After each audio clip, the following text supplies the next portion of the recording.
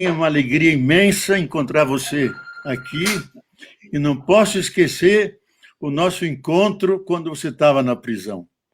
Primeiro, aquela juíza, que nem quero citar o nome, que ela não merece, não me deixou entrar, junto com o Prêmio Nobel da Paz, argentino Esquivel. Mas depois, quando nos encontramos, você se abraçou e disse: finalmente estou vendo gente que só via meus filhos, só via o advogado, e nos abraçamos e choramos juntos, porque efetivamente era um encontro. É um encontro de amigos, acho que a nossa amizade já tem 40 anos. Nunca posso esquecer, Lula, de você lá na antiga fazenda da Márcia, de 300 anos, pena que ela pegou fogo, que você vinha passar o carnaval junto com Jair Meneghelli, Frei Beto, meu irmão Frei Clodovis. Nós fazíamos nossas conversas, e quando celebrávamos a missa, eu era frade ainda, quem fazia homilia era você. E era um sermão, meu filho, era um sermão. Eu não esqueço que você era líder sindical, e nem era candidato ainda. Você disse numa homilia que você sentia dentro de você que você queria libertar o povo brasileiro. Eu disse: vai ser, Lula, você vai se libertar o povo brasileiro. Nunca esqueci isso. E uma outra vez, quando você me trouxe, eu vinha com você de carro de São Bernardo, paramos num lugar meio descampado, você disse: Boff, muitas vezes eu sentava aqui e chorava, saindo da fábrica, porque não podia levar nada para meus irmãos que tinham fome em casa. Nunca esqueço isso. E nunca esqueço também, Lula, uma vez lá em Brasília, que a gente viu um filme juntos, depois saímos na noite junto ao lago, você me colocou as mãos no ombro e disse: Boff, eu sou nordestino, um sobrevivente, quem diria que um pau de arara agora está aqui na presidência? Estou aqui para que os meus irmãos brasileiros que têm fome nunca mais passem fome e que possam comer 3 vezes por dia. Para isso que eu estou aqui. Então, isso não é política, isso é ética, isso é espiritualidade, porque pão é mais que pão. É generosidade, é solidariedade, e você fez isso. E vou dizer uma coisa que eu disse muitas vezes, mas acho que disse nunca para você, mas e muitas vezes nos debates que eu faço nas palestras, eu digo: olha, eu viajei pelo mundo, participei de grandes congressos, conheci gente muito inteligente, nobéis da paz, nobéis de todo tipo, até lá em Oslo, nos encontramos com eles e conheci muita gente. Agora, nunca, isso eu digo com sinceridade, não é puxar seu saco, não. Eu nunca vi uma pessoa mais inteligente que o Lula. Mais inteligente, que faz conexões surpreendentes. E o Amorim me fez a mesma confirmação. Dizia: eu digo algumas coisas para o Lula em termos complexos, ele vai e faz o discurso e eu aprendo. Como é que esse homem tira conexões? Então, eu quero dar esse testemunho, Lula, face a tantos que querem humilhá-lo porque você não passou pela escola do faraó, daqueles que vão para a universidade para aprender a dominar. Você vem lá de baixo. E a grandeza tua, que eu acredito, Lula, e sinto, que você não fala palavras. Você não fala palavras. Você fala coisas da vida do povo que vão lá dentro. E uma última coisa eu quero dizer: passei uma tarde inteira lá no Uruguai com o Mujica. E no fim o Mujica me colocou também a mão nos ombros e disse: Boff, para você, quais são as lideranças hoje no mundo? Eu parei e disse: olha, Mujica, primeiro eu acho que é o Papa. Não só liderança religiosa, mas política. É o único que, na tradição da Igreja, denuncia o capitalismo como antivida, explorador dos pobres, devastador da natureza, um líder religioso e político. Segundo, eu disse, ele é Lula, porque ele fala profundo do coração das pessoas e resgatou milhões de brasileiros que estavam na periferia. E tem mais um que eu gosto muito, porque é um homem religioso, que é o Dalai Lama, porque ele ajuda a humanidade a voltar-se para dentro, a meditar. E, no fim, eu disse, e você é um grande líder mundial. Porque quando você falou na ONU, parecia um papa falando, dizendo uma encíclica, e aí correu uma lágrima nos olhos dele, sabe? Que é uma pessoa extraordinária, amigo seu, amigo meu, sempre te defendeu. Então, eu quis fazer essas recordações porque é o nosso lado mais amigo, mais profundo. E eu posso dizer, aliás, você me deu um louvor uma vez, que eu nunca esqueço, Lula, que no auge da crise do mensalão, quando queriam convencer você, o pessoal do PSDB e outros, que queriam que você renunciasse, e muitos intelectuais abandonaram, você um dia me disse, Boff, você, intelectual, nunca me abandonou. Nunca me abandonou. Eu não sou inscrito no PT, nem o Frei Beto é, porque partido é parte. Nós, intelectuais, tentamos pensar o todo, mas nunca deixei de apoiar a causa do PT, que é a causa dos pobres, da justiça social, da inclusão dos mais marginalizados, tornar visíveis os invisíveis, finalmente nos devolver a alegria de viver. Você fez isso como ninguém da história. E uma coisa que eu escutei muitas vezes na favela, Lugo, a Márcia pode testemunhar, muitas vezes eu escutei isso em vários estados, no Maranhão, no Centro-Oeste, onde a gente encontra pobres. Eles sempre dizem, Lula foi o único presidente que pensou em nós, que deu valor para nós pobres.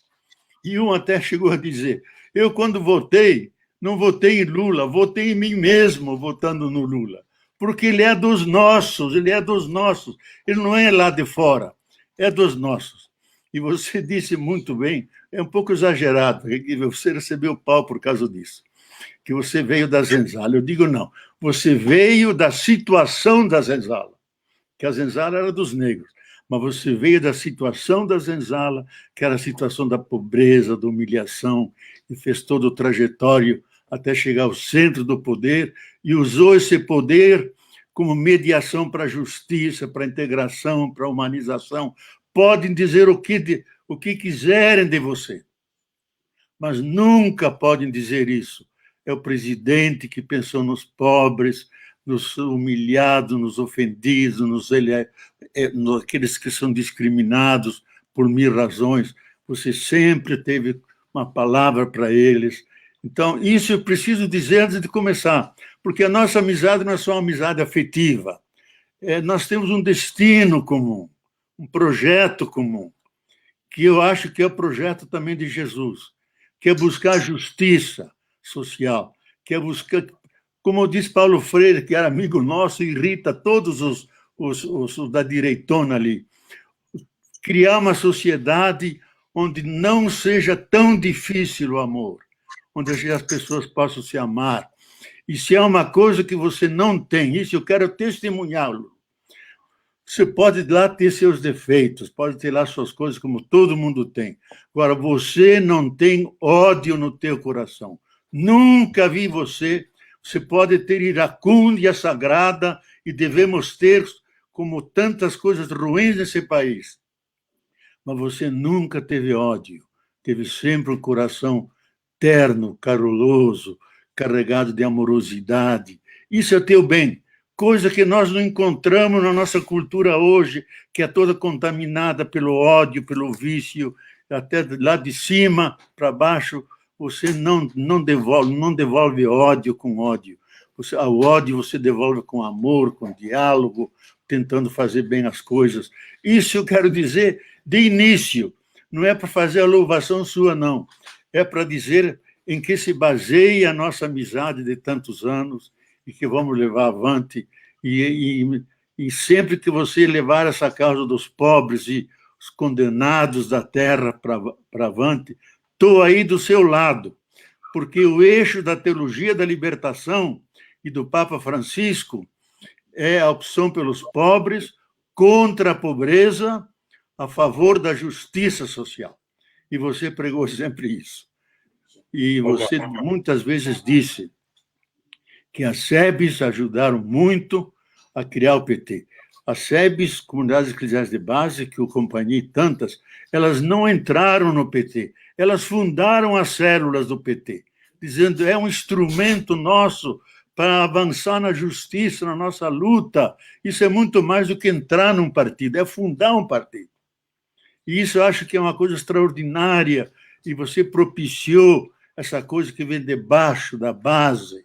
Sempre veio tudo de cima, agora está começando a vir da base, e essa base nós nunca devemos atraiçoar, aprofundá-la, alargá-la e fazê-la portadora de um projeto histórico diferente para o nosso país. Já falei bastante, Lula. Eu quero agradecer a palavra generosa, mas certamente que eu não mereço todas essas palavras que você falou. A única coisa que eu tenho consciência, Boff, é que a relação que eu tenho com você, a relação que eu tenho com outros companheiros da igreja, que eu tenho com padres, que eu tive com que eu tive com Dom Cláudio Umes, que eu tive com Dom Angélico, que eu tive com bispos no Acre, bispos em Rondônia. Dom Paulo Evaristo, Dom Evaristo Arnes, Dom Luciano Mendes, e com milhares de movimentos sociais, é que me fez ser o que eu sou. Eu digo sempre o seguinte, olha, eu sou o resultado do grau de consciência da sociedade brasileira. Na medida que a classe trabalhadora vai evoluindo, na medida que o povo vai compreendendo, na medida que os humildes vão conseguindo enxergar, eu vou conseguindo enxergar. Até porque eu não quero ser nada de mim mesmo, só tem sentido eu ser alguma coisa se eu for a extensão daquilo que pensa a sociedade brasileira. Eu fico muito orgulhoso, sabe por quê? Eu aprendi algumas coisas importantes com pessoas como você. Eu aprendi a superar o preconceito da pequenez. Você sabe que o trabalhador urbano, o trabalhador rural, às vezes ele está conversando com alguém que tem uma formação melhor, a gente se sente acanhado, a gente tem vergonha porque não conhece todas as palavras. Às vezes, eu lembro que eu falava menos laranja, menos gente, sabe? E uma vez o Paulo Freire, eu queria fazer um curso de português porque eu achava bonita aquelas pessoas que falavam difícil, que falavam palavras que eu entendia, mas eu achava bonito. Aí o Paulo Freire falou para mim, aluno, você não precisa fazer curso de português. O importante é você saber se o que você está falando as pessoas estão entendendo. É isso mesmo. Se entenderam o que você falou, está de bom tamanho, continue falando a linguagem que você tem, sabe? E vai evoluindo junto com o povo. Isso me deu muita força para não me sentir pequeno diante de ninguém. Por conta das conversas contigo, com o Frei Beto, com tanta gente boa, sabe? O PT não existiria do jeito que ele existe se não fosse as comunidades eclesiais de base. O PT não existiria se não fosse a teologia da libertação. Possivelmente as pessoas que moram no centro do Rio, no centro de São Paulo, não percebam isso. Mas eu que viajei o Brasil inteiro, sabe, do Iapoca ao Chuí, para construir esse partido, eu sei o que era o valor de um padre progressista numa cidade pequena. Eu sei o que era, sabe, alguém ligado à igreja que participava de uma comunidade, que era o primeiro embrião, não é que eles eram do PT, era o primeiro embrião de um espaço para a gente se reunir. Sabe? E aí, acontecendo com as greves, quando a polícia fechava o sindicato, era a igreja que abria as portas para a gente, era a igreja que fazia, sabe, movimento de solidariedade, que arrumava... Quando eu estava preso, eu comia porque a igreja mandava comida para mim na cadeia, porque senão era uma comida que era quase que impossível a gente comer. Então, eu acho que eu sou isso. Eu sou o resultado disso e também eu acho que eu me transformei por causa da generosidade de Deus. Eu digo sempre o seguinte, Deus foi muito generoso comigo, porque sair da onde eu saí e chegar onde eu cheguei só pode ter a mão de uma coisa superior. Eu nunca acho que isso é mérito pessoal. Isso é uma coisa que aconteceu na minha vida e só pode ter a mão de Deus nisso. Ou seja, e o que eu queria, na verdade, você sabe quando as pessoas perguntam para mim, ô Lula, o que você achou mais importante quando você foi governo? Eu dizia, a coisa mais importante é quando eu ouvia do peão, sabe, ele dizer que ele se sentia presidente porque quem estava na presidência era um igual a ele. Isso, para mim, foi a obra mais extraordinária que eu fiz. Fazer o povo descobrir que ele estava governando o país, estava dando influência. E depois a ajuda tua, a ajuda do Frei Beto, a ajuda de tanta gente espalhada por esse país afora. Eu lembro o primeiro dia que nós estivemos juntos. Eu tenho, você não sabe, eu tenho fotografia na cabeça da nossa passagem nos carnavais lá em Santana do Deserto. Santana do Deserto, isso mesmo. Eu tenho na cabeça o nosso almoço, eu tenho na cabeça a gente na piscina, eu tenho na cabeça a molecada brigando, sabe? Então, essa foi a imagem que ficaram gravadas para o resto da vida. E é isso que conta, porque eu digo sempre que irmão a gente não escolhe. Agora, companheiro a gente escolhe. E os nossos jogos de baralho, que você não gostava de perder, viu, Lula? Os nossos jogos de baralho. Você perdia 2, 3 vezes, jogava as cartas e ia embora. Eu não perdi jogo nenhum. Tudo então, isso era a nossa amizade. Quero que você saiba o que você representa para mim, sabe? Como cristão, como intelectual, como ser humano, como uma pessoa que valoriza a vida, sabe? Como você valoriza, isso tem muito significado, teve muito na minha vida, na minha formação e continua tendo. Por isso que essa live eu estava com muita vontade de fazer para que a gente conversasse um pouco aquilo que normalmente a gente não conversa, sabe? Porque não tem tempo de conversar. É chato porque a gente é amigo, mas cada um tem muita tarefa, e cada um corre para um lado, corre para o outro, e a gente não tem tempo de se encontrar. Então, é uma alegria imensa. Quero te dizer que um dos dias mais felizes da minha vida é poder estar fazendo essa live com você e conversando, olhando no teu olho, olhando. E você tem uma... Você eu vejo, eu sou mais novo do que você há alguns anos e já estou quase sem cabelo e você... eu estou com o cabelo está caindo. E Deus ainda te deu um dom de você ficar parecendo o Papai Noel, pô, sabe? Eu sou o irmão do Papai Noel, viu? Lula, não esqueça desse chale, lembra? Eu lembro. Eu levei para você lá na prisão e ganhei outro logo em seguida, que eu sempre uso. Sempre uso. Agora é o seguinte, olha, eu acho que tem muita gente querendo saber o seguinte, nós estamos vivendo um momento de muita confusão no Brasil. Muita. Inclusive também religiosa, ou seja, nós temos, sabe, não é interferência de político nas religiões, mas é uma rodovia de duas mãos, é interferência também da religião na política. E eu que convivi, bastante, eu digo que eu sou na política um pouco filho do movimento sindical, um filho do movimento social, um filho da teologia da libertação. Ótimo. Acho que você não sabe a alegria que eu tive quando eu encontrei com o padre Gustavo Gutierrez no Peru. Sim. Que figura espetacular. Eu nem sei se ele está vivo ainda. Está vivo, fez 92 anos já. Encontrei com ele, com o Frei Beto.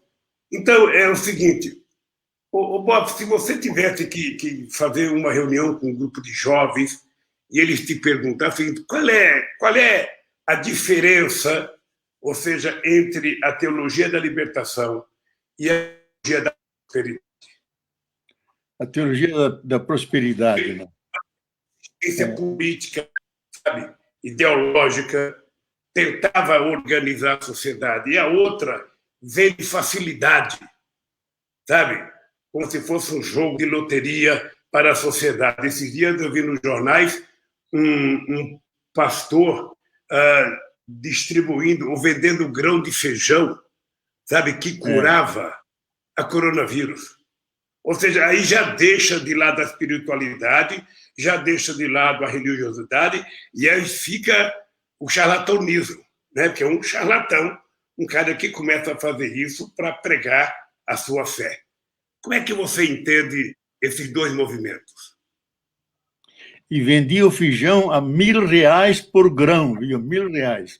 Olha, eu acho que é uma profunda diferença, porque a centralidade, o centro para nós, é a opção pelos pobres, como já disse, por sua libertação. Eles também têm muitos pobres lá, nas suas igrejas, mas há uma profunda diferença entre nós e eles, porque eles pregam a prosperidade de bens materiais.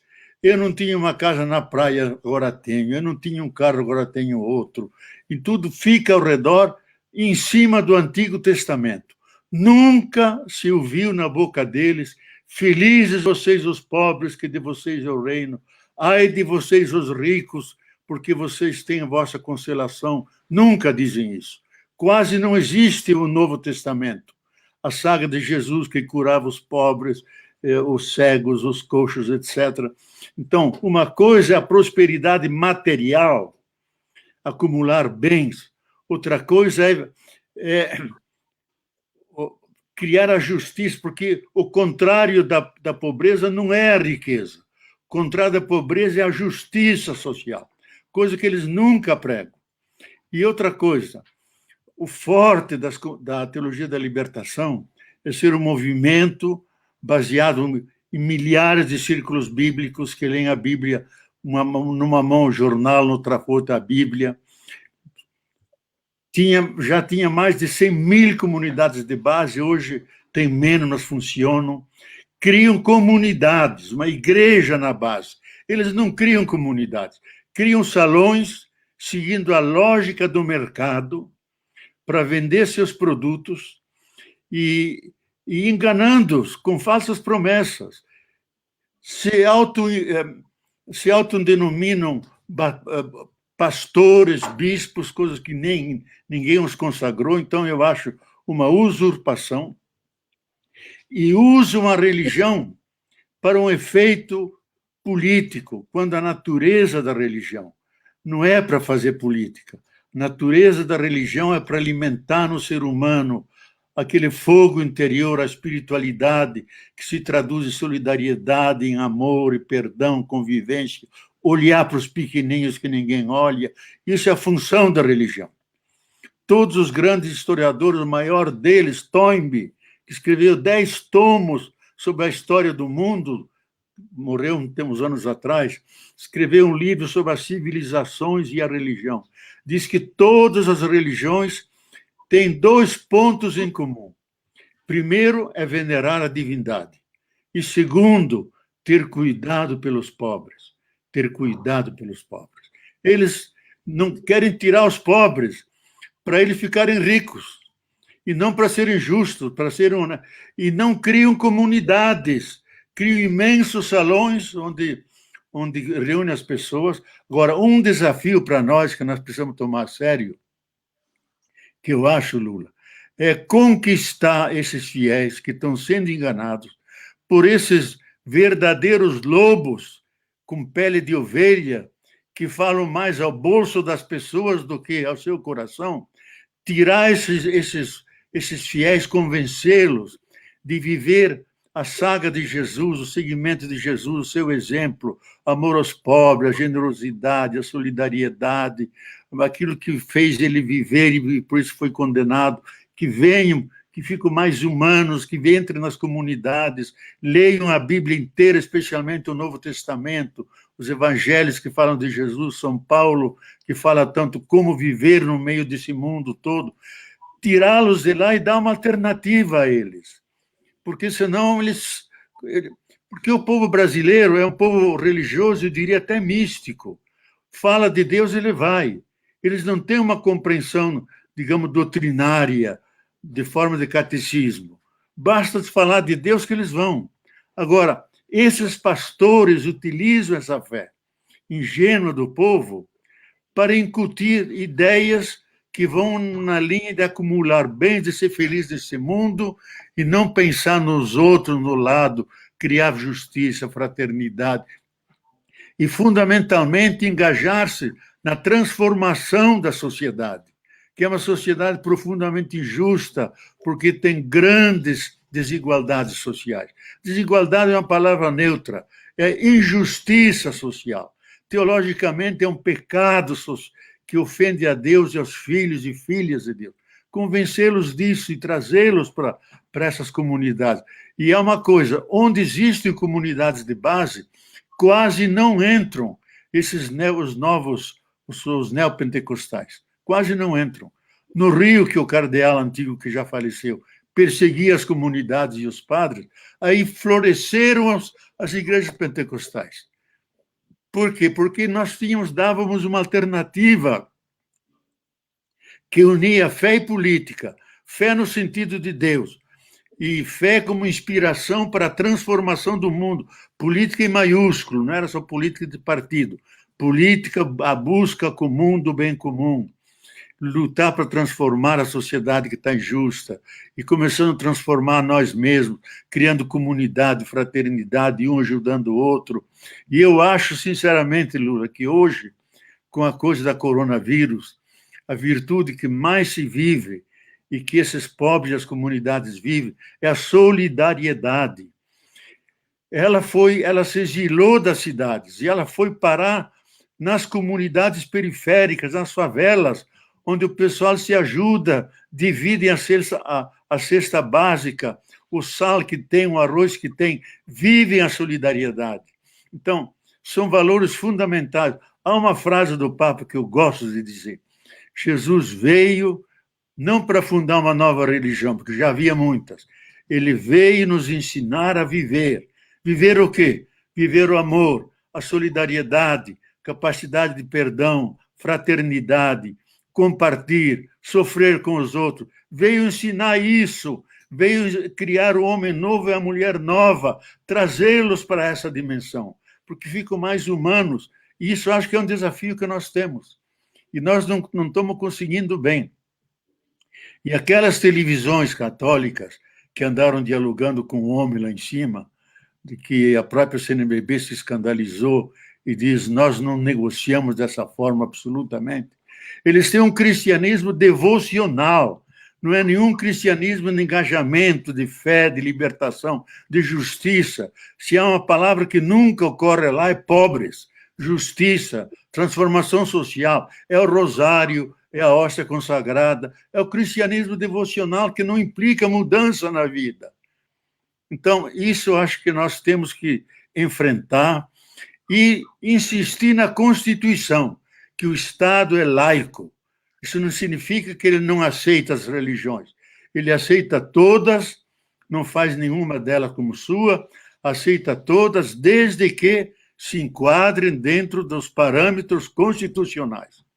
O que eles estão fazendo é charlatanice. Deviam ser levados à justiça. Mas os políticos não fazem porque, como eles têm muito poder, perseguem aquele político e não se elege. Mas, se tivessem coragem, deviam denunciá-los contra a Constituição, porque estão abusando de... Eu acho que na Polícia Federal, eu assisti televisão, porque não tinha internet, eu ficava vendo televisão, essa que o povo pobre assiste. Essa que o povo pobre assiste. Então, a quantidade de religiões com canais de televisão, com programa de televisão, e aí vale para a católica e vale para a evangélica também. É isso mesmo. E tem gente séria em todas elas.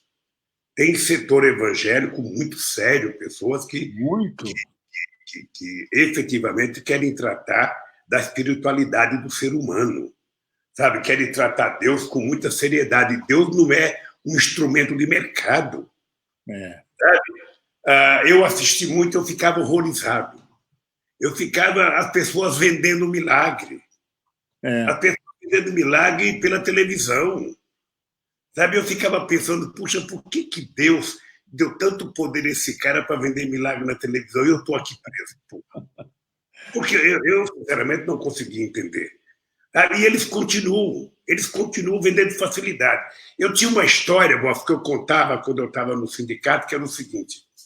Eu contava o seguinte, o cara pobre, ele está desempregado, aí ele vai no sindicato. Chega no sindicato, ele conta a situação dele para o sindicato, aí o dirigente sindical fala o seguinte, não, meu filho, você precisa, sabe, se organizar, você precisa lutar, porque nós precisamos, sabe, brigar com os patrões, fazer greve, aquele negócio todo.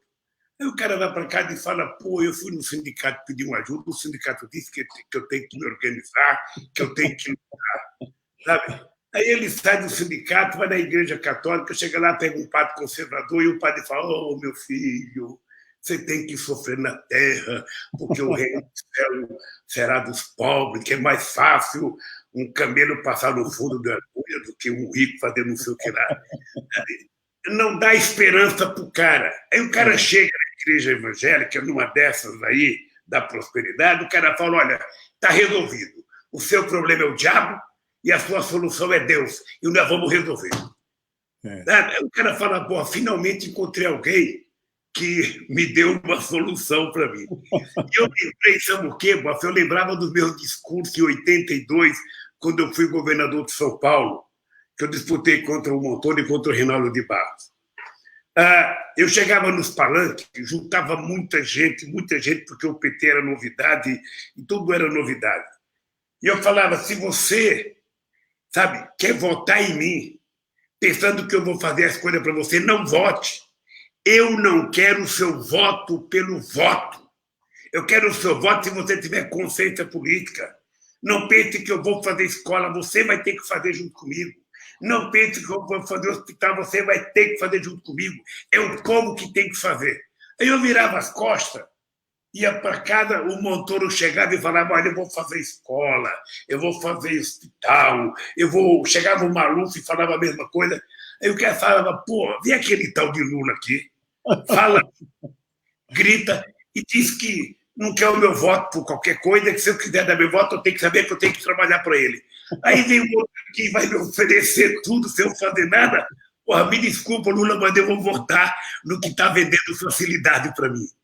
É uma tendência daquela filosofia que a gente aprende com a mãe da gente, né?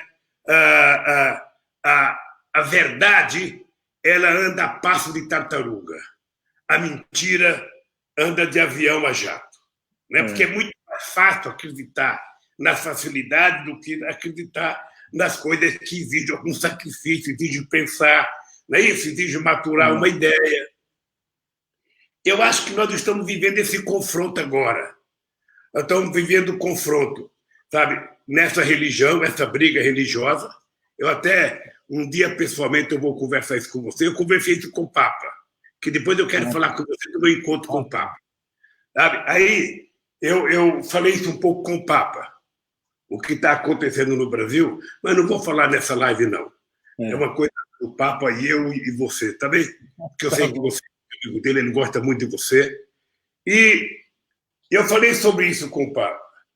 E eu fico pensando, Boff, que nessa briga que a gente está vivendo, ou seja, há uma deformação, sabe, na formação religiosa da sociedade.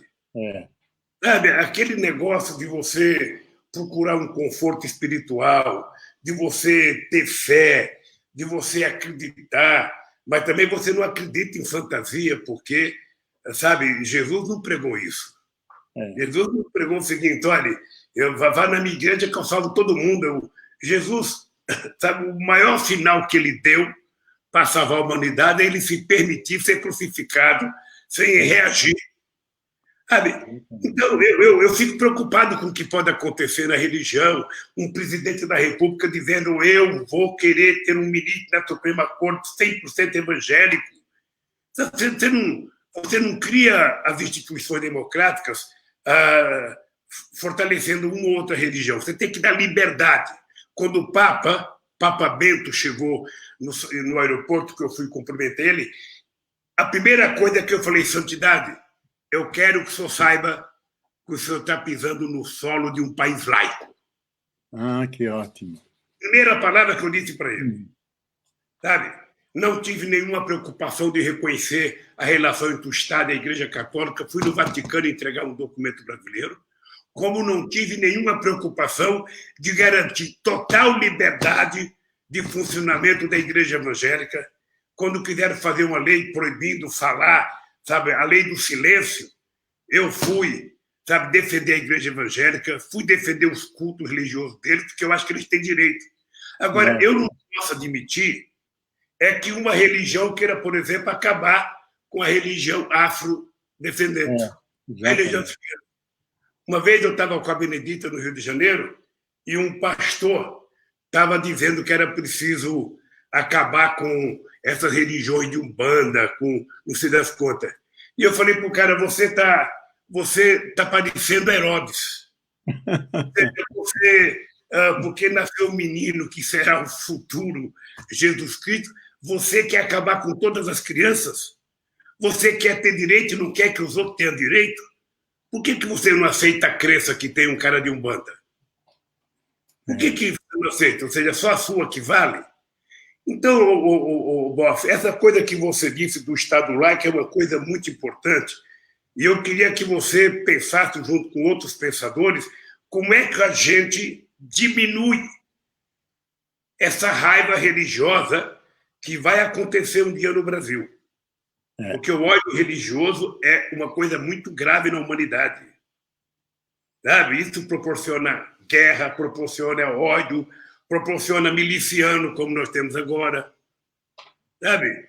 Então, isso resultou no governo que nós temos agora. Isso resultou no governo, ou seja, que eu espero e fico pedindo a Deus que, na sua sabedoria, ele consiga fazer com que a cabeça do nosso povo aprenda com a pandemia.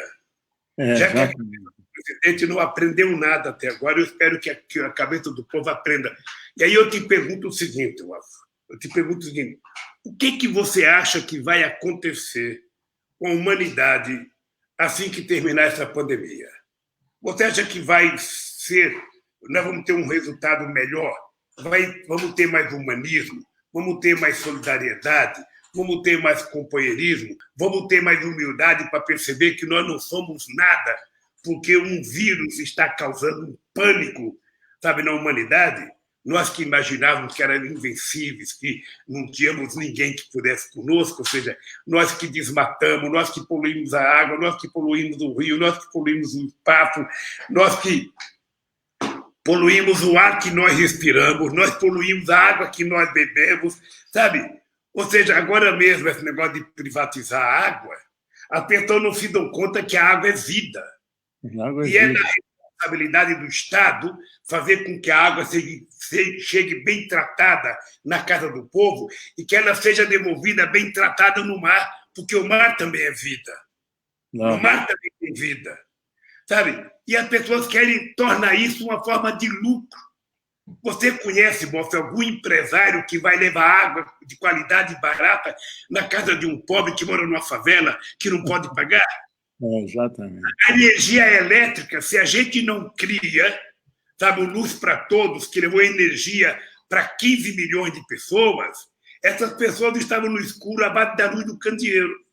Eu queria que você... Eu sei que você escreveu um livro também sobre a pandemia, eu sei que você anda muito preocupado e tem escrito muita coisa da questão ambiental, eu sei do carinho que você tinha, sabe, pela política, sabe, do Evo Morales, o nosso companheiro Rafael Correia, a defesa da Madre Terra.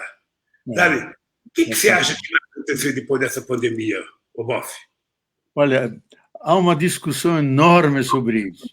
Eu acho que a minha tese de base, Lula, parte dessa compreensão contemporânea da nova visão do mundo, que a Terra é viva, não só tem vida em cima dela, mas ela se comporta como um superorganismo vivo que articula o físico, químico, ecológico, de tal maneira que ela sempre continua viva e produz a vida. Agora, nós ofendemos de tal maneira, como o Papa diz, nunca nós ferimos e maltratamos a Mãe Terra como nos últimos séculos. E chegamos a um ponto no limite, que se chama sobrecarga da Terra. A Terra não aguenta mais.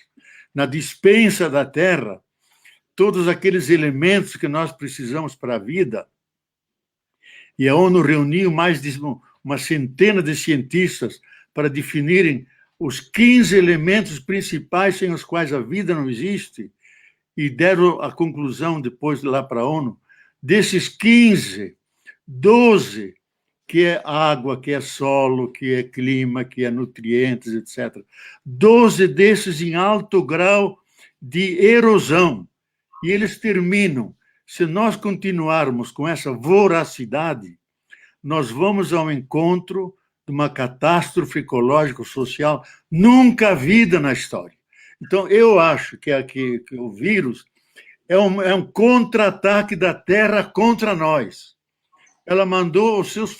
e colocou de joelhos as potências militaristas, que têm mais de 30.000 ogivas nucleares, colocou de joelhos. Tudo isso não vale nada. O que vale é aquilo que o capitalismo não tem. Então, eu acho que em cima do capitalismo caiu um meteoro, caiu um raio que destruiu aqueles ideários que eles tinham. Primeiro, o lucro, a competição, diminuição do Estado, agressão à natureza, individualismo. Se nós tivéssemos seguido esse ideário, estaríamos todos perdidos. O centro é a vida, não o lucro. O centro é a solidariedade e não o individualismo. O centro é a relação de todos com todos, é a cooperação. Isso que nos está salvando. Então, eu acho, é uma lição que a Terra está dando. Se nós não aprendermos essa lição e voltarmos ao que era antes, é a pior coisa que nos pode acontecer, porque a Terra vai mandar mais vírus, já está mandando um bocado. E eu estou seguindo aqui, os grandes biólogos estão dizendo que pode vir que dizem the next big one, um grande vírus tão grande. Nós sabemos que ele virá, mas não sabemos quando. Que se nós não mudarmos, ele vai acabar com grande parte da biosfera e grande parte da humanidade, se não a própria humanidade.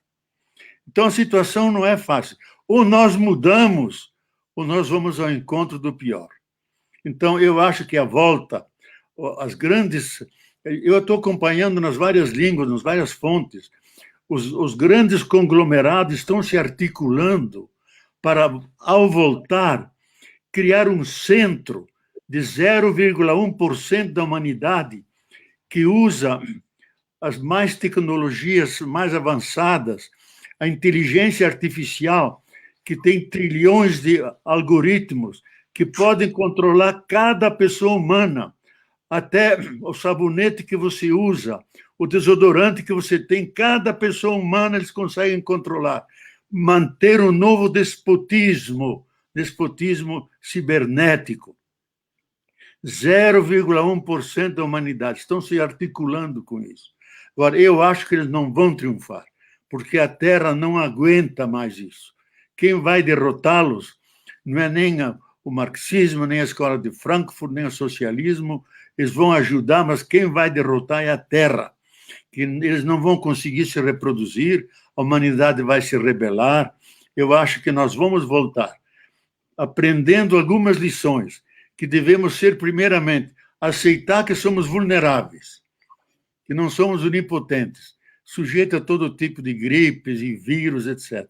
Segundo, que nós somos seres de relacionamento, seres de colaboração, seres sempre inter-retrorelacionados. Terceiro, que nós somos seres de solidariedade. A solidariedade é a essência humana.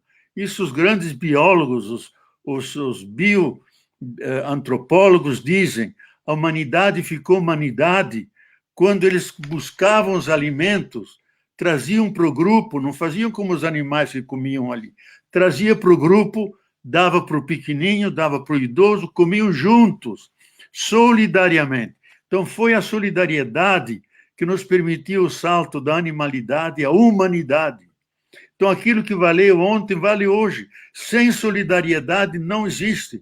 Você escutou isso do Betinho, eu repito, que o grande problema da humanidade não é político, não é religioso, não é econômico, não é ideológico, é a falta de solidariedade entre os coiguais, entre os seres humanos. Você não olha do lado quem está caído e estende a mão para levantá-lo, ou olha para o lado e vê que está chorando e coloca a mão no ombro, olha para cima. Então, nós temos que assimilar esses valores. Uma sociedade fundada nisso. Se não se funda nisso, nós teremos mais conflitos ainda e mais ataques à própria terra. Então, eu acho, você disse uma coisa extremamente importante que eu tenho refletido muito sobre isso. Eu brigo muito com o pessoal que trabalha comigo, porque todo mundo aqui é especialista em internet. Todo mundo aqui, sabe, eu chamo ele de vítima do algoritmo. Do algoritmo. Eles pensam que eles conhecem o telefone, mas quem conhece eles é o telefone. Exatamente. Eles pensam que eles sabem usar o telefone, mas é o telefone que usa ele. Porque o cara vai no banheiro com o telefone, almoça com o telefone, vai jantar com o telefone, vai namorar namorada com o telefone. Sabe? Eu cheguei na casa de um amigo meu um tempo desse na Bahia, tinha um casal de jovens, um sentado na frente do outro, com o celular, conversando um na frente do outro. Eu fui na mão dos dois, peguei o telefone, eu falei, olha um na cara do outro para ver se não é muito legal vocês conversarem. Por que vocês ficam olhando no telefone e conversando? E eu acho que a grande tese nossa, você como um grande companheiro intelectual, um grande teórico de pensamento, nós precisamos recuperar o sentido do humanismo para a humanidade. Exatamente. Nós, seres humanos, estamos perdendo o sentido do humanismo. Nós estamos, sem querer, virando algoritmo. As pessoas acham ruim levantar de manhã e encontrar uma pessoa no elevador antes dela. Ela queria que o elevador fosse só dela. A pessoa vai pegar o carro, acha ruim porque estou na garagem manobrando o carro. A pessoa sai na rua, acha ruim porque tem um carro na frente dela. A pessoa vai comprar pão, acha ruim porque tem alguém na frente. Ou seja, nós estamos pegando ódio da coisa mais fantástica que a humanidade viveu, que é nos aproximarmos um do outro. Exatamente. Quando nós éramos, no tempo que nós saíamos, sabe, não tinha lugar para dormir, saía coletando raiz para comer, saía comendo folha, era comido por um animal. Ou seja, sabe, quando a agricultura foi criada, ou seja, ela permitiu a criação de cidades, sabe, e nós chegamos ao estádio que nós temos hoje, em que nós produzimos uma manga em Pernambuco ou na Bahia, e ela em 24 horas pode chegar no Japão. E em 30 horas chegar na cidade do Japão. Você imagina se nós hoje tivéssemos ainda que ser levantados de madrugada para procurar raiz, nós estaríamos matando. Então, o ser humano ele precisa saber que ele tem limitações. Exatamente. E a gente define o que cada um de nós precisa. Eu, uma vez, o Chico de Oliveira era vivo, eu estava no Instituto de Cidadania, e eu propus ao Chico, ao invés da gente ficar, sabe, discutindo, brigando pelo mínimo, vamos escrever uma teoria do que o ser humano precisa para sobreviver. Exatamente. O ser humano precisa de um carro? Tá bom, ele vai ter um carro. Precisa de uma casa na praia? Vai ter uma casa na praia. Precisa de, sabe, uma casa de campo? Ele vai ter uma casa de campo. Ele precisa de 3 pares de sapato? Chega uma hora que ele não precisa mais, então não pode acumular dinheiro. Exatamente. Como é que o cara vai guardar 130 bilhões de dólares para ele? Para fazer o quê? Quando ele morrer? Deixar um mando de parasitas, que são muitos herdeiros que nunca trabalharam, que vão ficar com o resto do dinheiro? E o povo está passando fome? Ou seja, eu acho que isso é pensar o humanismo de volta. Vamos recriar como ser humano. E a palavra fraternidade, a palavra solidariedade, sabe? Ela precisa voltar a ser falada pelo nosso idioma. É preciso construir isso, menos ódio e mais amor. Então, Leonardo, eu conversei um pouco com o Papa, quando eu fui conversar com o Papa, porque eu queria fazer uma campanha contra a desigualdade no mundo. porque é fantástico. É fantástico a falta de sensibilidade. Eu conto para os meus filhos. A minha mãe, a gente morava na Vila Carioca, um bairro perto do Instituto. Naquele tempo, sabe, aparecia um mendigo na porta da casa da gente, a gente mandava entrar para dentro de casa e ele comia na mesa junto com meus irmãos. Minha mãe dava comida para ele como se fosse alguém próximo. Hoje as pessoas não abrem nem o portão. Dependendo da cara, manda chamar a polícia. Se vier a polícia, bota numa carrocinha, dá uma surra e a prefeitura vem jogar água gelada em cima deles. Ou seja, cadê a fraternidade? Cadê o companheirismo? Cadê? Sabe? Acabou isso, Boff. Acabou. Então, como você é um cara que pensa muito, escreve muito e é respeitado a nível internacional, que ser humano a gente vai criar, Leonardo? Eu acho, Lula, que você tocou no ponto... O coronavírus. Eu acho que o coronavírus nos vai ensinar a descobrir a nossa natureza, que somos seres de cooperação, de solidariedade, de convivência, de ser amigos da natureza e não agressores, que somos parte da natureza. Não é que a natureza está lá e nós estamos aqui. Estamos juntos. Não é o punho cerrado que domina, é a mão entrelaçada para defender a vida e conviver com a natureza. E nós, como irmãos e irmãs. Até isso é científico, Lula, que quando, em 1950, dois grandes cientistas americanos, Crick e Dawson, descodificaram o código genético, descobriram uma coisa que alguns acham que é a maior descoberta, mais do que a de Einstein, que desde a bactéria originária, passando para as grandes florestas, os dinossauros, os cavalos, os beija-flores e nós, temos o mesmo código genético, os mesmos 20 aminoácidos e as mesmas 4 bases fosfatadas, dizendo numa linguagem mais pedestre, temos 20 tipos de tijolos e 4 tipos de cimento que nós podemos misturar e construir, e vem a biodiversidade, mas temos a mesma base comum, por isso somos irmãos e irmãs, diz tanto a Carta da Terra como a encíclica do Papa.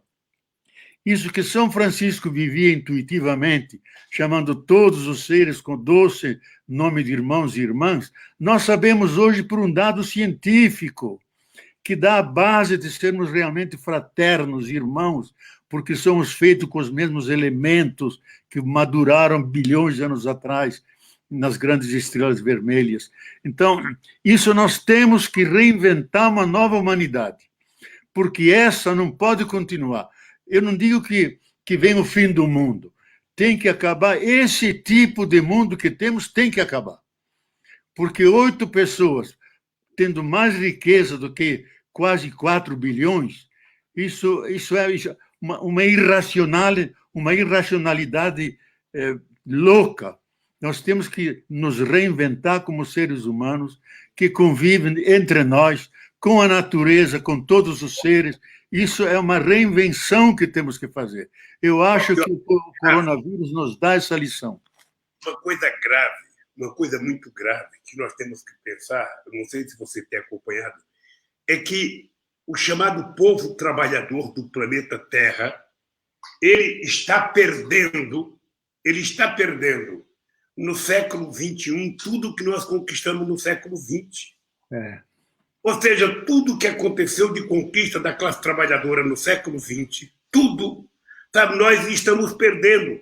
Houve reforma trabalhista em 165 países. Em todos os 165 países, os trabalhadores perderam. Nós tivemos 2 guerras mundiais.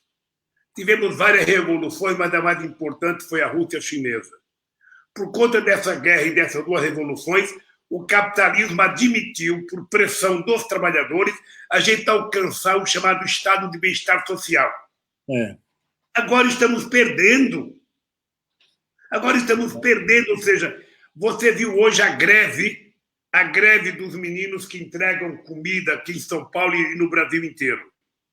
Os meninos fizeram uma greve porque eles estão ganhando pouco, ou seja, os caras não têm tempo para almoçar, eles estão com fome, carregando comida, cheirando o cheiro da comida, sabe, com fome. E um deles, você viu, um deles furou o pneu da moto dele, ele não pôde entregar a comida, ele foi extinto do aplicativo. Ou seja, há 2 meses atrás, eles eram vendidos para a sociedade como a conquista da humanidade. Eles são agora microempreendedores. Eles agora estão trabalhando por conta própria. E o que é que eles estão descobrindo? É que eles estão ficando escravos modernos. Eles pensam que tem, mas não tem. Eles pensam que são livres, mas não são. Quando precisar de uma seguridade social, não tem. Se a mulher ficar grávida, não tem um hospital de graça para levar a mulher. Sabe? Se acidentar, não tem. Se roubar o carro dele, não tem. Porque ele foi largado como os escravos. Você está lembrado? Quando aboliram a escravidão, passaram os caras para a rua e deram o nome nele de vagabundo, porque ele não tinha terra, não tinha proprietário, não tinha emprego, não tinha salário, não tinha nada. Ou seja, o que estão fazendo com o povo trabalhador é isso. Estão dizendo que a humanidade está se modernizando, eles agora são tudo microempreendedores, microempresários, sabe? E não dão nenhuma seguridade social para ele. É um ser humano largado. O que você acha desse movimento de hoje, dessa greve? Não sei se você viu a foto, sabe? Foi muito bonito em São Paulo. Olha, eu acho. O grito deles é fome. O grito de guerra deles é fome. E foi esse assunto que eu conversei com o Papa, que na próxima pergunta, depois que vocês falaram do teu pensamento sobre a greve deles, eu vou falar da minha conversa com o Santo Papa. Olha, há um dito da Igreja Antiga que vem até hoje, até nos textos do Vaticano II, no Concílio da Igreja, que está: quando há grande necessidade, não vale nenhuma lei. A necessidade abole as leis, porque a vida é mais importante que qualquer lei. Então, a greve dele é a coisa mais justa, porque é greve por vida, por comida, para poder sobreviver e poder trabalhar e, com o trabalho, garantir o seu sustento. Então, essa greve é uma greve, eu acho, abençoada, sabe? É a mais justa que tem, porque eles estão levando vida e não pode ter vida. Então, eu acho que temos que apoiar isso, reclamar, insistir, porque se transformou num problema político, porque são multidões que estão levando as comidas por todo lado, e eles estão largados por aí. Então, eu acho que aí nós temos que pressionar o Estado, pressionar o parlamento, que praticamente é insensível a essas coisas, e poder dar um apoio que podemos a eles. Eu não sei, eu fico meio desarvorado aqui, sabe? É preciso garantir o mínimo necessário para as pessoas serem cidadãos. As pessoas têm que ter assistência médica, as pessoas têm que ter uma indenização quando está desempregado. A pessoa tem que ter direito, senão a pessoa fica escravo. Você veja o negócio, o Bolsonaro, quando começou a pandemia, a primeira coisa que ele fez foi liberar 1,2 trilhão de reais para os fazendeiros, para irrigar o sistema financeiro. Sabe? E até agora, nem as pessoas receberam a primeira, agora diz que vai dar mais 2 parcelas de R$600, quando, na verdade, o povo não deveria ter muita preocupação com isso, porque o Estado deveria estar garantido. Exatamente. E eles estão aprovando cada dia mais a retirada de direitos dos trabalhadores. Boss, eu sei o que é a minha mãe na cozinha, sem ter feijão para colocar no fogo, com 8 filhos pequenos, esperando para ver se tinha alguma comida. A minha mãe nunca ficava nervosa, ela falava, amanhã vai ter. Sabe? E a gente vê da lombriga maior comer a lombriga menor. Sabe? E quem está perto da gente não vê que a gente está com fome, não sabe essa dor. Agora, imagina um companheiro trabalhando, cheirando a comida que ele está carregando nas costas, sem ter o que comer. Eles têm mais é que se revoltar. Lógico. Não tem outra explicação. Se não há uma revolta por direitos, não há direitos. e pegar aquela comida que ele está carregando e comer. É isso. Tem direito, Isso, porque a vida vale mais do que a comida. Foi isso, Boff. Foi isso que uma lição que eu aprendi com o Papa quando eu fui conversar com ele. Primeiro, agradecer a ajuda que você deu para me encontrar com o Papa. Segundo, eu sou muito agradecido ao presidente da Argentina, Alberto Fernandes, que marcou a audiência.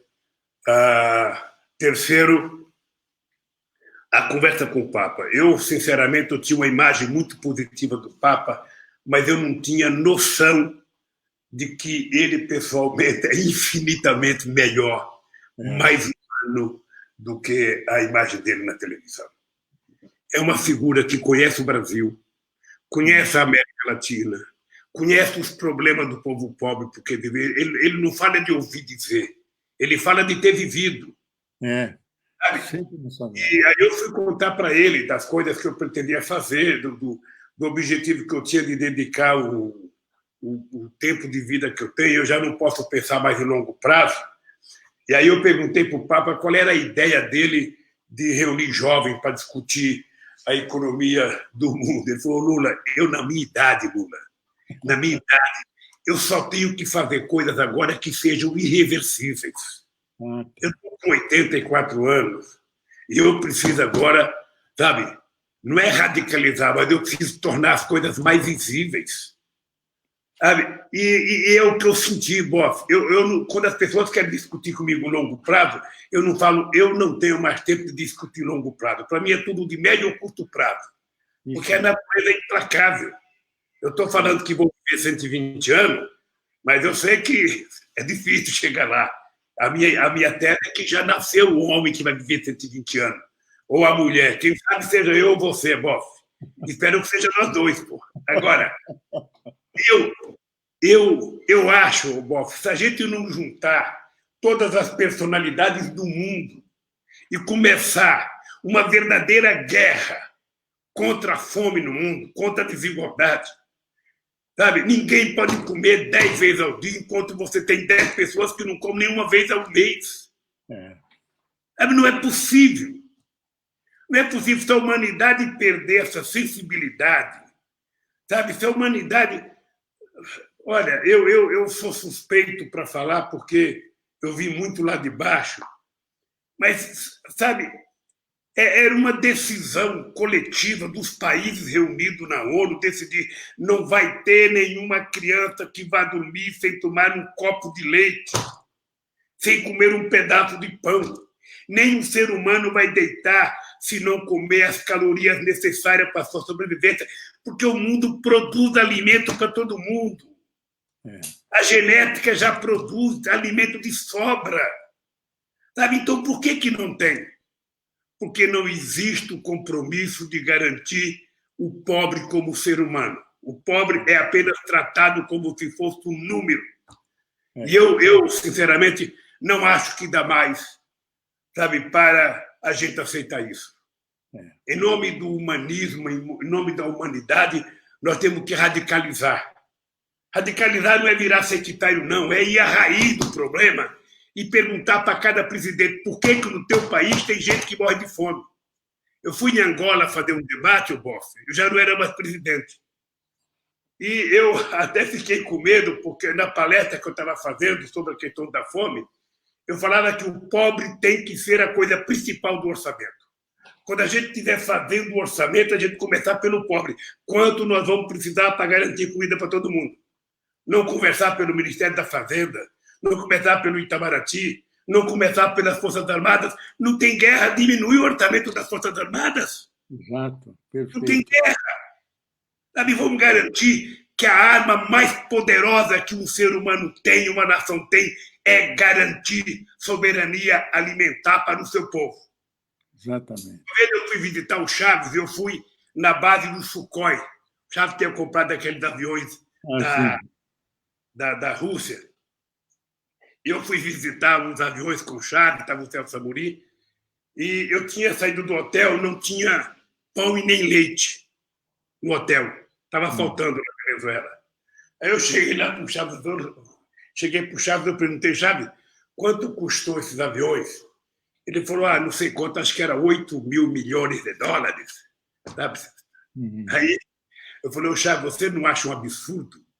Você comprou um negócio desse tão caro e quando você precisar que o piloto entre nele para atacar alguém, o piloto não vai subir porque está com fome, porque não tem nem leite, nem ovo no hotel. Não é melhor garantir comida? Porque se a gente não pensar em segurança alimentar para a humanidade, estamos todo mundo perdido. Isso não é levado em conta.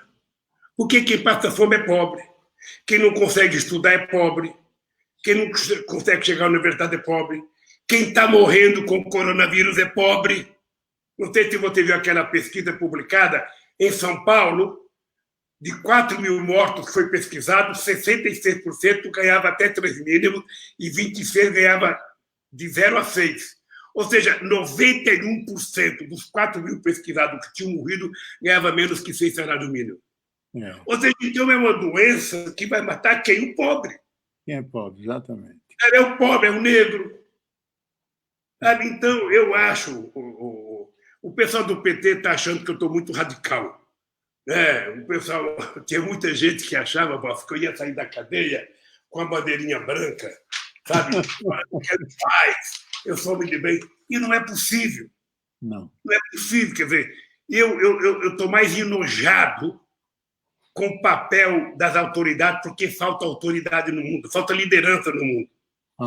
Estou mais enojado com a falta de preocupação com o povo pobre. Estou muito mais preocupado. No Brasil, os cachorros estão mais tratados do que os pobres. Não que não se deve tratar bem o cachorrinho. Seguramente. Mas, ou seja, eu lembro, Lula. É o abandono do pobre.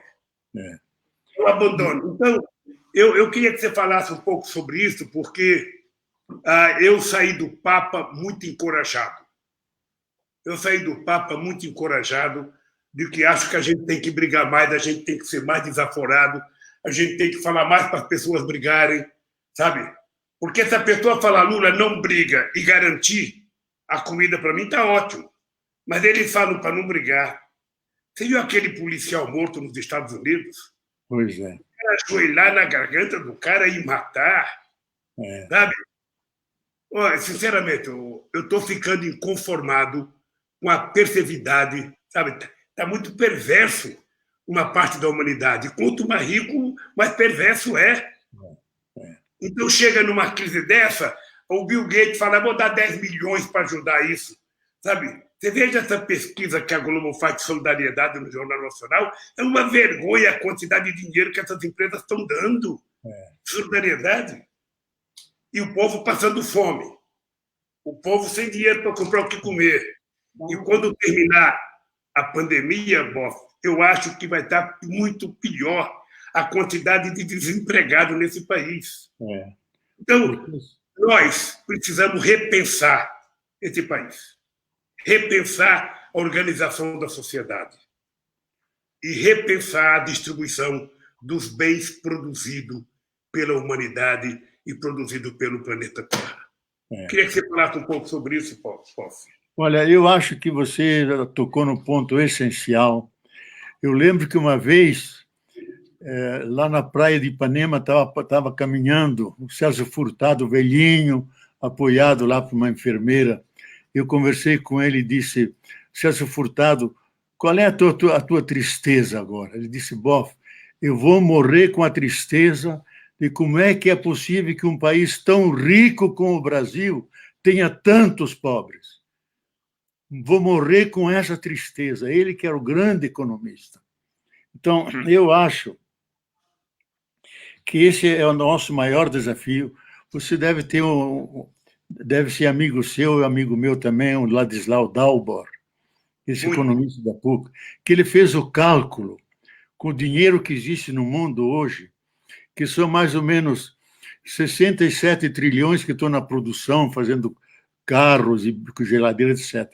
E quase 180 trilhões especulativos, que é só papel das bolsas. E se nós pegássemos esse dinheiro e fôssemos humanos e solidários, daria para cada família de 4 pessoas 15 mil reais por mês. 15 mil reais por mês.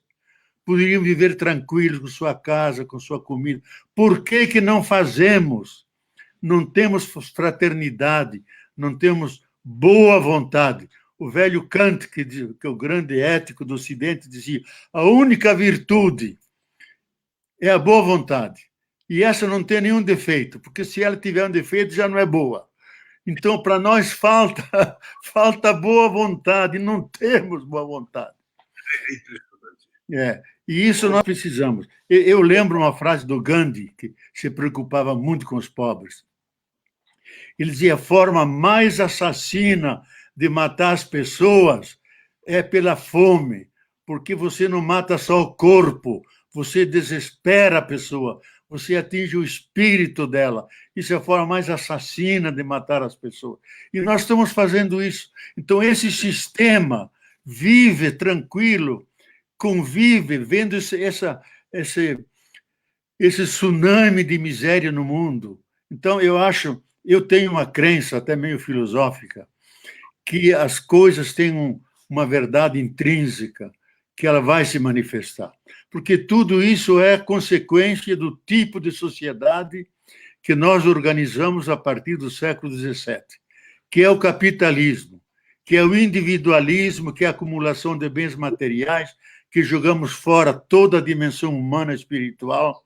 E aí eu vou dizer para você, Lula, uma coisa, porque senão diz, o Boff diz isso porque é teólogo.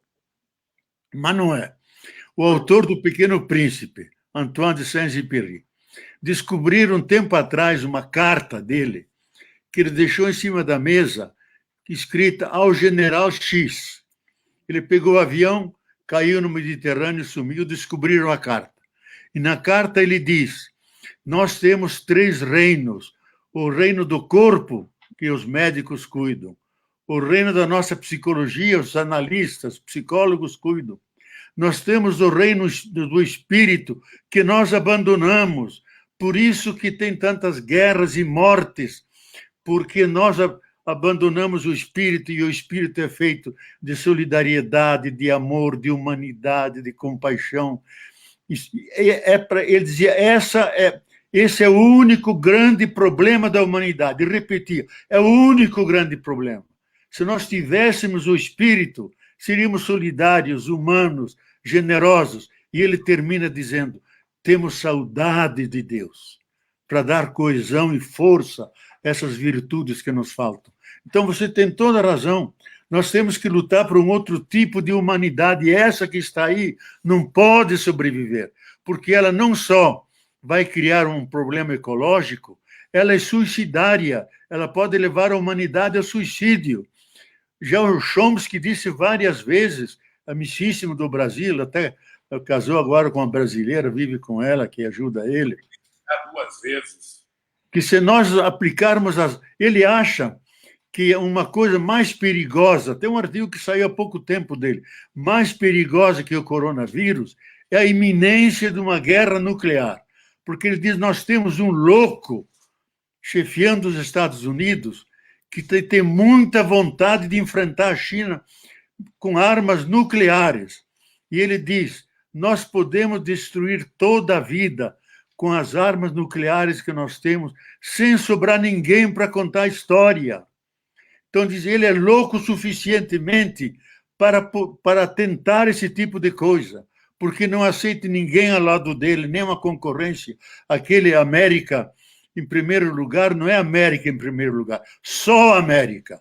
Toda hora diz, nós somos o país maior do mundo, o mais rico, e está morrendo gente por caramba, está dando lições a ele, ele não aprende coisa nenhuma.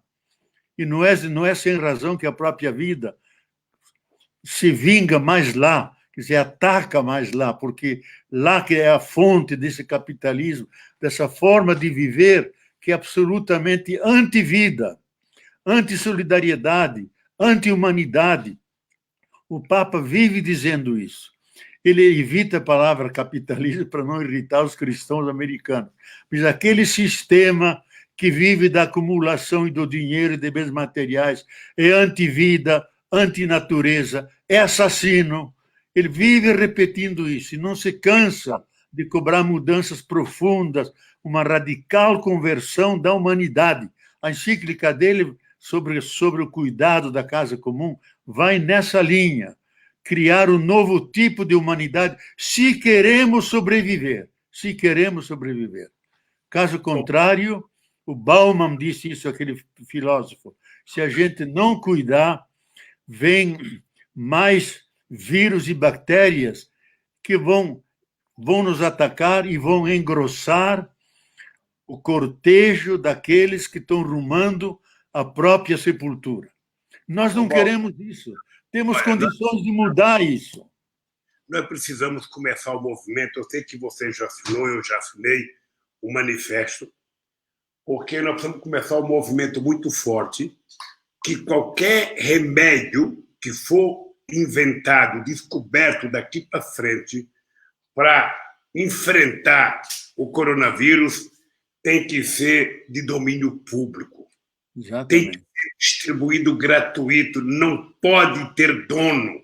Não pode alguém querer ficar rico às custas, sabe, de um remédio que vai salvar a humanidade desse vírus. Eu acho que essa deve ser uma campanha. Aliás, a ONU já deveria ter convocado uma conferência especial entre os presidentes do mundo inteiro para tomar uma decisão. Sabe? Não é possível. Você veja, os Estados Unidos está comprando remédio que a dose vai custar $3.000, dá quase R$15.000. Qual é o pobre que vai poder tomar um remédio desse? Pois é. Então, nós temos agora um convênio da Fiocruz, sabe, com uma empresa, eu acho que com a Universidade de Oxford, na Inglaterra, e nós temos um do Butantan com a empresa chinesa. Ou seja, esses remédios têm que ser de domínio público. Os estados têm que assumir a responsabilidade. Essa eu acho que é uma tarefa da sociedade começar a se mobilizar para isso, de não permitir que alguém queira juntar trilhões de dólares às custas da morte de milhões de pessoas. Exatamente. Eu acho que essa é uma tarefa que nós vamos ter que enfrentar. Já tem muita gente se mexendo, muito jurista, muito médico, muito gente muita gente, sabe, com conhecimento especial sobre a questão dos vírus, porque os vírus estão se multiplicando com muito mais rapidez. O Padilha falou uma coisa para mim, que no século passado surgiu tantos vírus. Esse ano está surgindo no menor tempo. No menor tempo, a cada 10 anos está surgindo um, talvez até diminua. Ou seja, tudo isso é uma rebelião de uma coisa que você disse no começo. É o planeta Terra dizendo para nós, olha, vocês não vão me destruir, porque eu vou reagir. Então, vocês tratem de cuidar desse barco que vocês estão dentro. Porque o barco chamado Terra está todo mundo, só que alguns resolveram assumir a primeira classe e o restante está no porão, como os escravos quando vinham da África para cá. Ou seja, a própria sorte. Então, Leonardo, eu acho que a questão da desigualdade, a luta para melhorar a vida do povo e a questão do humanismo, eu acho que são dois temas que nós vamos ter que falar todo santo dia. Cada vez que a gente abrir a boca, a gente vai ter que falar amor, humanismo e a luta contra a desigualdade. Ou seja, tornar o mundo mais justo, sabe? Tornar o mundo como uma casa única de todos nós. Senão está impossível. Os ricos já estão inventando agora um ônibus para viajar para a Lua, ou seja, eles já estão procurando um lugar para correr. E quem vai morrer são os trabalhadores que não são levados em conta, a não ser para produzir, mas para recolher o resultado do que produz. Muitas vezes eles não são levados em conta. Eu acho que no Brasil, não sei se você tem acompanhado, ontem o jornal estava dizendo que a dívida pública do Brasil já é de 81%. Isso é um mercado, e muitos economistas nossos são muito fiscalistas, sabe?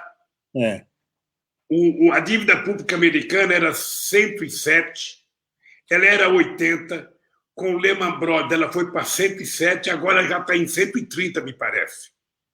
E eu estou defendendo a tese, Bosco, aqui no Brasil, nós não temos que olhar a dívida pública, nós temos que olhar a dívida com o povo. Exatamente.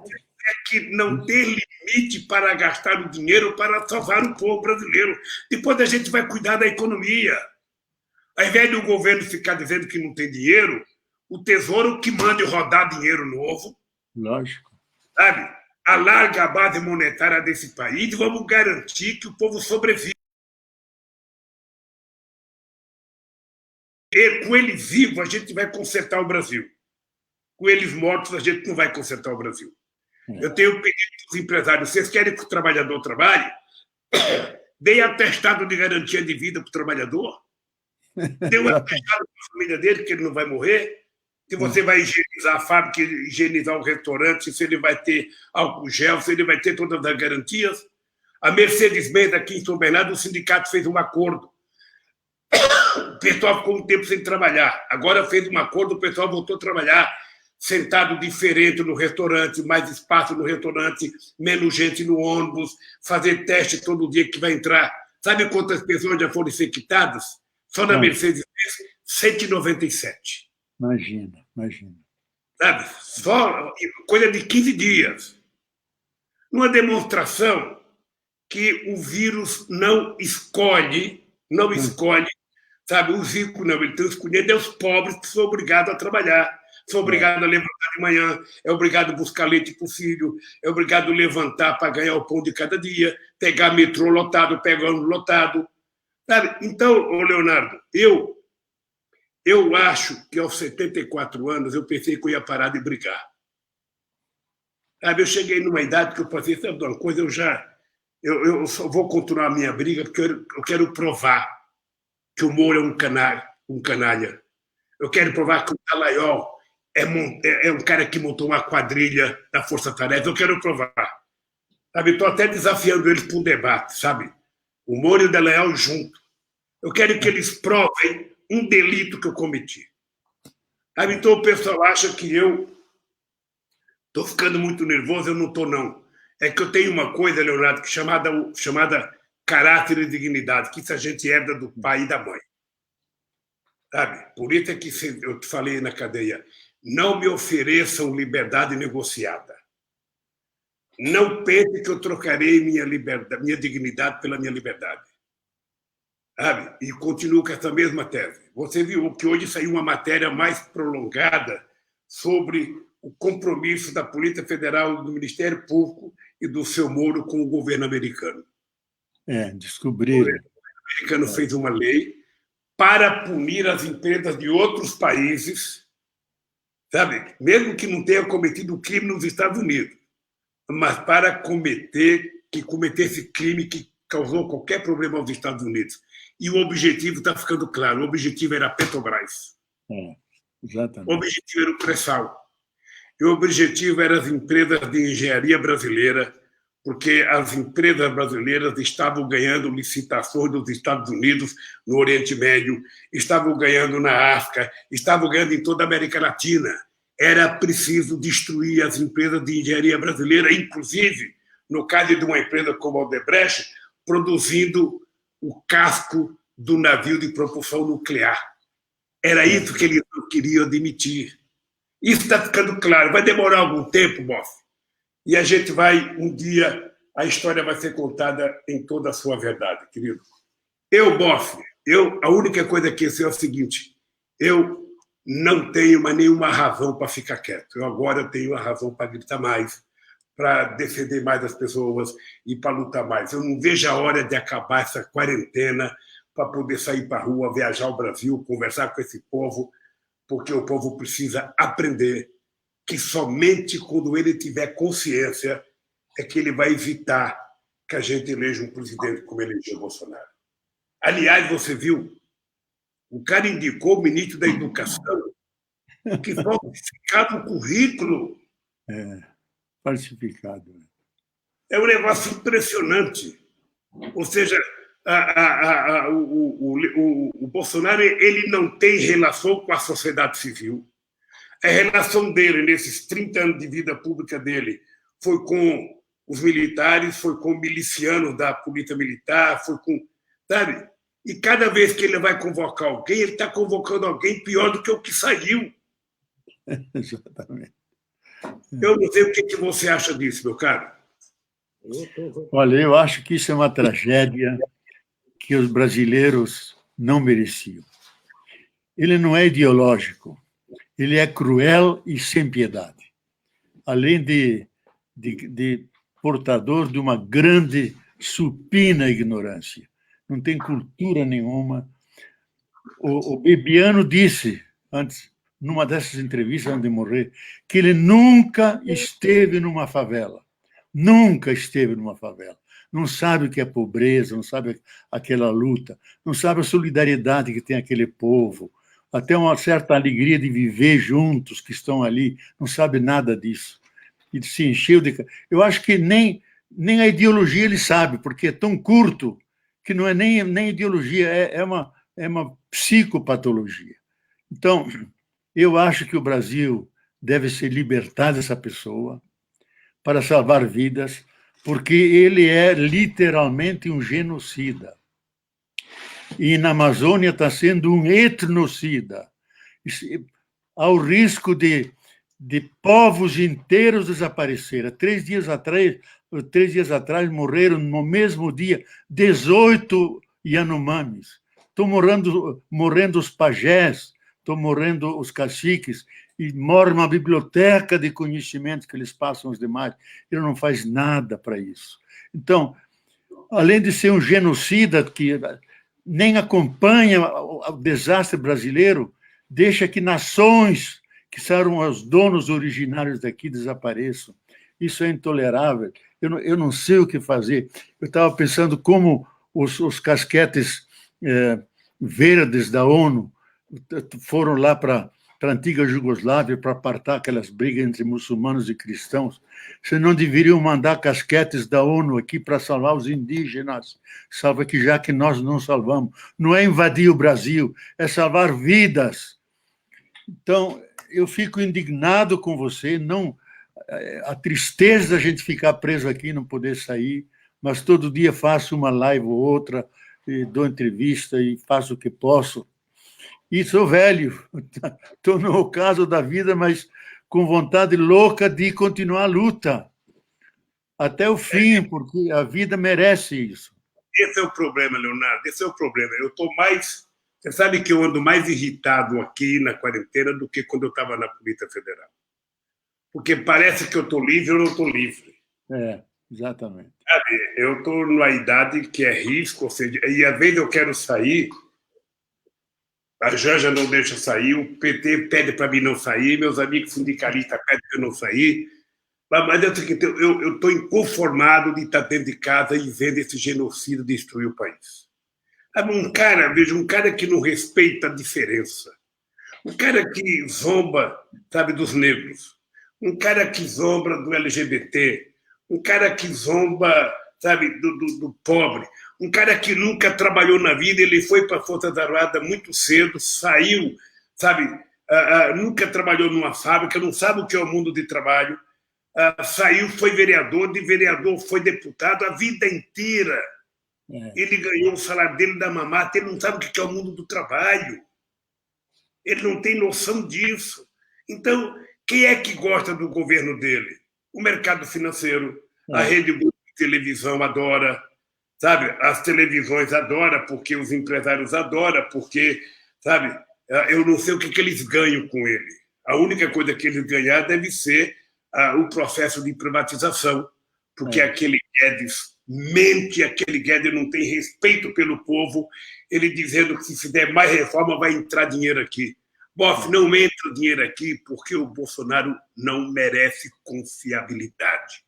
Ele não tem credibilidade, ele não tem um programa de governo, ele transformou em inimigos os amigos do Brasil. O Brasil não tem contencioso internacional, Leonardo. O Brasil não tem contencioso, ele conseguiu, sabe, criar problema com todo mundo. Não é possível esse país continuar vivendo assim, não é possível as pessoas não enxergarem, sabe, que não tem jeito.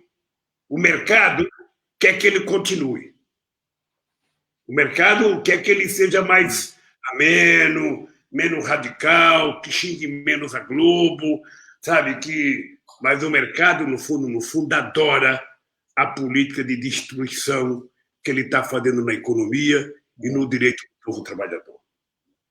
Bem, meu caro, querido companheiro Leonardo, eu ficaria aqui à noite trocando ideia, mas nós vamos fazer isso quando acabar a quarentena. Quando acabar a quarentena, eu vou convidar você e a Márcia, ou eu vou aí ter com você. Não, vem aqui, Lula. Tem um jardim bonito feito pelo Burle Marx, com uma biblioteca enorme. Eu vou visitar o teu sítio aí para a gente tomar um vinho ou uma cachaça, se você puder beber. Uma cachaça é pecado, né? Não é pecado, a gente tem que... Eu tenho uma Havana de 25 anos. Se você vier, vamos tomar Havana de 25 anos. Você fala para a Márcia que eu vou estar nessa luta do Prêmio Nobel para os médicos cubanos. Ah, tá bom, viu, Márcia? Desculpa, ele vai gritar, muito bom. Eles merecem, e eu vou gravar uma mensagem, sabe?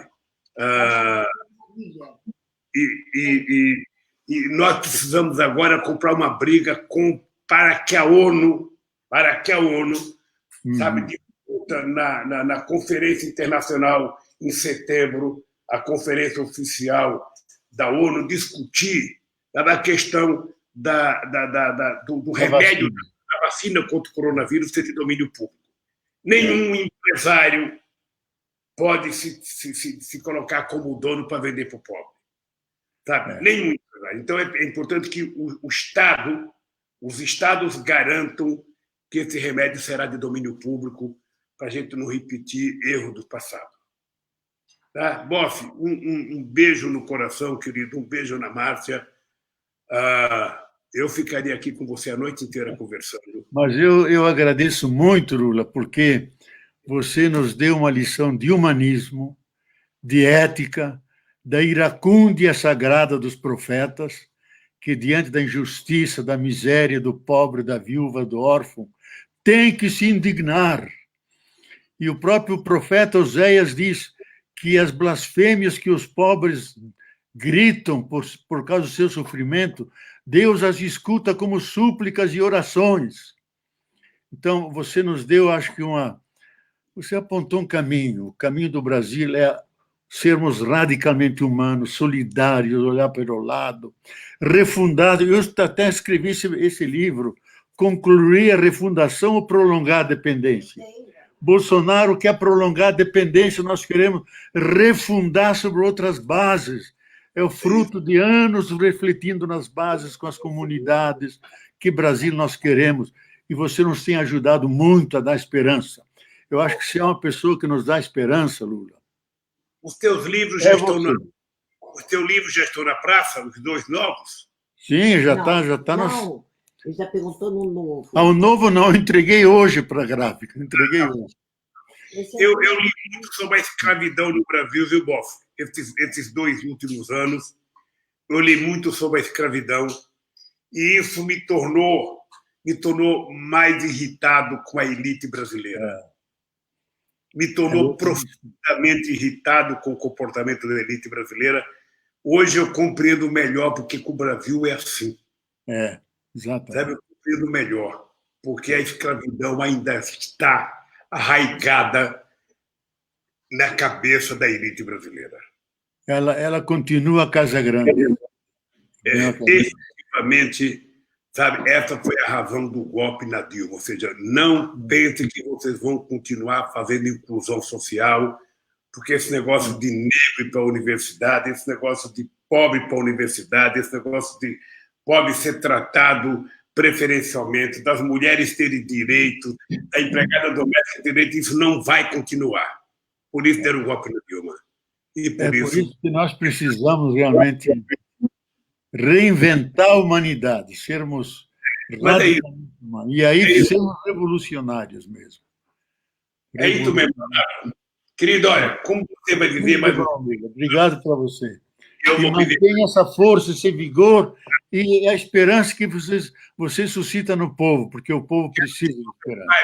Quero que você saiba que eu rezo todo dia para que você continue com energia, com muita força, falando as suas verdades e as nossas verdades para o mundo inteiro. Tá, muito obrigado, Lula, foi muito bom estar com você, viu? Com Deus. Tá. Um beijo na Márcia. Tá, Márcia, aparece aqui, Márcia. Um beijo na Márcia. A Márcia tá... Olha aqui. Viu? Aparece aí, Estava Márcia. ouvindo vocês. Márcia, um beijo, querida. Tá. Tchau, Tchau. tudo de bom. Tchau, Tchau. querido. Tchau. E obrigado às pessoas que nos assistiram. Eu tinha muita pergunta para fazer, mas a nossa conversa estava tão boa que eu não ouvi fazer perguntas. Não, foi bom. Fica para outra live, querida. Tá, Tá obrigado. bem? Tchau. Um abraço.